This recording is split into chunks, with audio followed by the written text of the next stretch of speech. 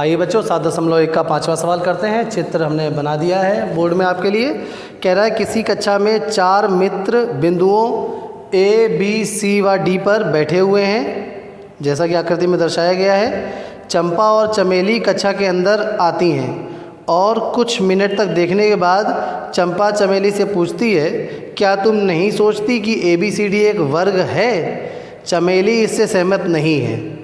तो चंपा तो कह रही है कि ए बी सी डी एक वर्ग है, मगर चमेली को देखने से ये नहीं पता चल रहा है कि ये वर्ग है कि नहीं। तो कह रहा है कि दूरी सूत्र का प्रयोग करके बताइए कि चंपा और चमेली में बच्चों कौन सही है।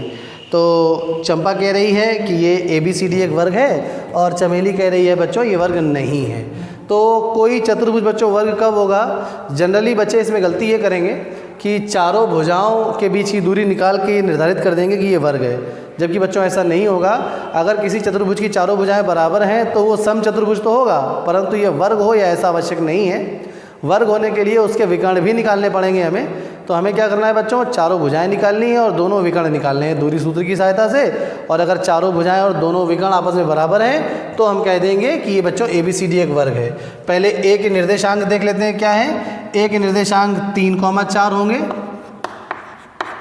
उसी प्रकार से बी के निर्देशांक चित्र देखिए पता चल रहा है, ये एक चतुर्थांश प्रथम बना दिया गया है पुस्तक में केवल। तो बिंदु बी के निर्देशांक 6,7। ये हमने पिछले वीडियो में बताया था आपको कि निर्देशांक कैसे देखे जाते हैं, निकाले जाते हैं। जिन्होंने ना देखा हो वो पिछला वीडियो अवश्य देख लें। सी के निर्देशांक 9,4 और उसके पश्चात डी के निर्देशांक 6,1।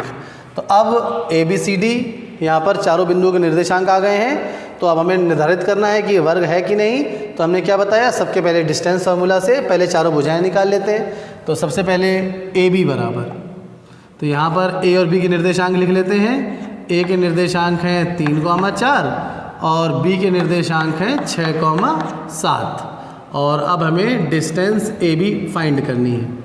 तो ये हो गया x1 y1, ये हो गया x2 y2। और ए बी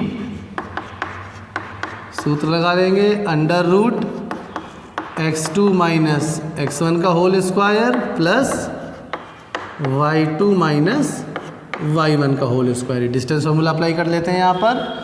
तो ए बी बराबर आ जाएगा x2 कितना है बच्चों 6 और x1 कितना है 3। तो 6 ऋण 3 यानी 3 का वर्ग यानी 9। तो ये आ गया अंडर रूट के अंदर 9। और उसी प्रकार से 7 में से 4 घटाएंगे तो 3 आएगा और 3 का वर्ग फिर से 9 आ जाएगा। तो ये बराबर आ जाएगा अंडर रूट 18 इकाई।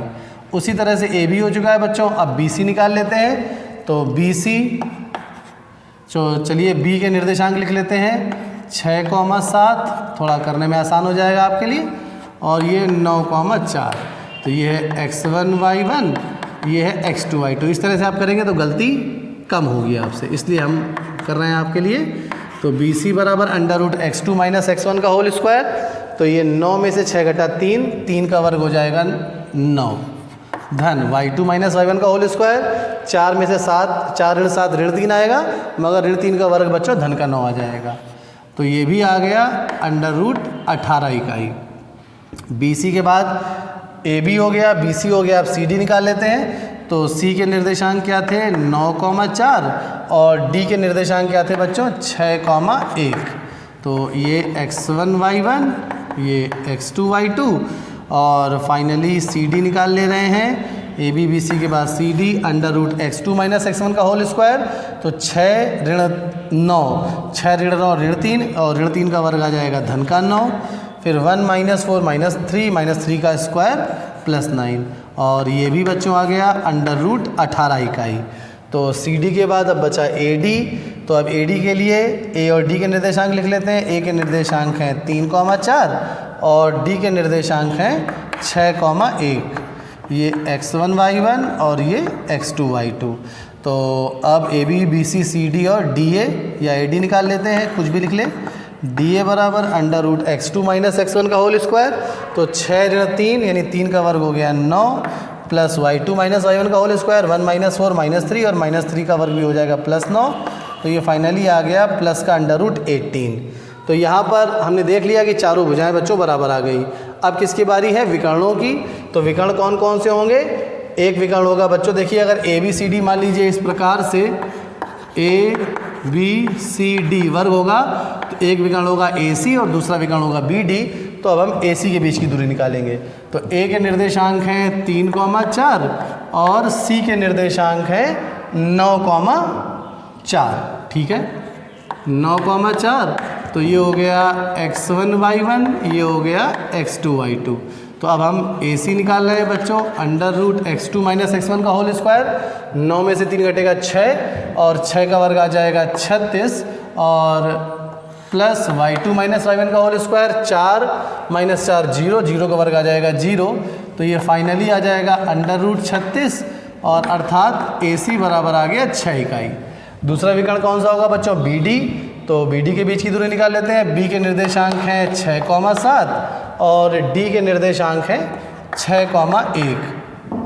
तो हम बी डी निकाल लेंगे। बी डी बराबर भी √x2 - x1 का होल स्क्वायर। 6 - 6 0 का होल स्क्वायर 0 और फिर 1 - 7 का होल स्क्वायर -6 का होल स्क्वायर प्लस 36। तो फाइनली आ जाएगा ये भी √36 और बी डी बराबर आ गया भी 6 इकाई। तो अब हम यहाँ पे लिखेंगे ए बी बराबर बी सी बराबर सी डी बराबर डी ए। ये चारों बराबर आए हैं और ये दोनों √18 इकाई आए हैं। और वह विकर्ण ए सी बराबर बी डी, देखिए चारों भुजाएं भी बराबर आई हैं और विकर्ण ए सी और बी डी दोनों बराबर है, दोनों 6 इकाई हैं। तो लिखेंगे अतः ए बी सी डी एक वर्ग है। तो हमसे पूछा गया था कि बच्चों चंपा और चमेली में कौन सही है, तो एक बार देख लेते हैं। बड़ा चंपा वर्ग कह रही थी कि चमेली सहमत नहीं थी, मतलब चंपा सही है। तो आंसर स्टेटमेंट लिख देंगे कि चंपा सही है, क्योंकि चंपा कह रही थी कि ये एक बच्चों वर्ग होगा, तो ये वर्ग है। तो देखने से तो खैर नहीं पता चल रहा था, मगर जब हमने इसको हल किया तो एक वर्ग है, चारों भुजाएं बराबर हैं, दोनों विकर्ण बराबर हैं। वीडियो पॉज करके आप इसको नोट कर सकते हैं। चलिए बच्चों, धन्यवाद। अगला प्रश्न अगले वीडियो में।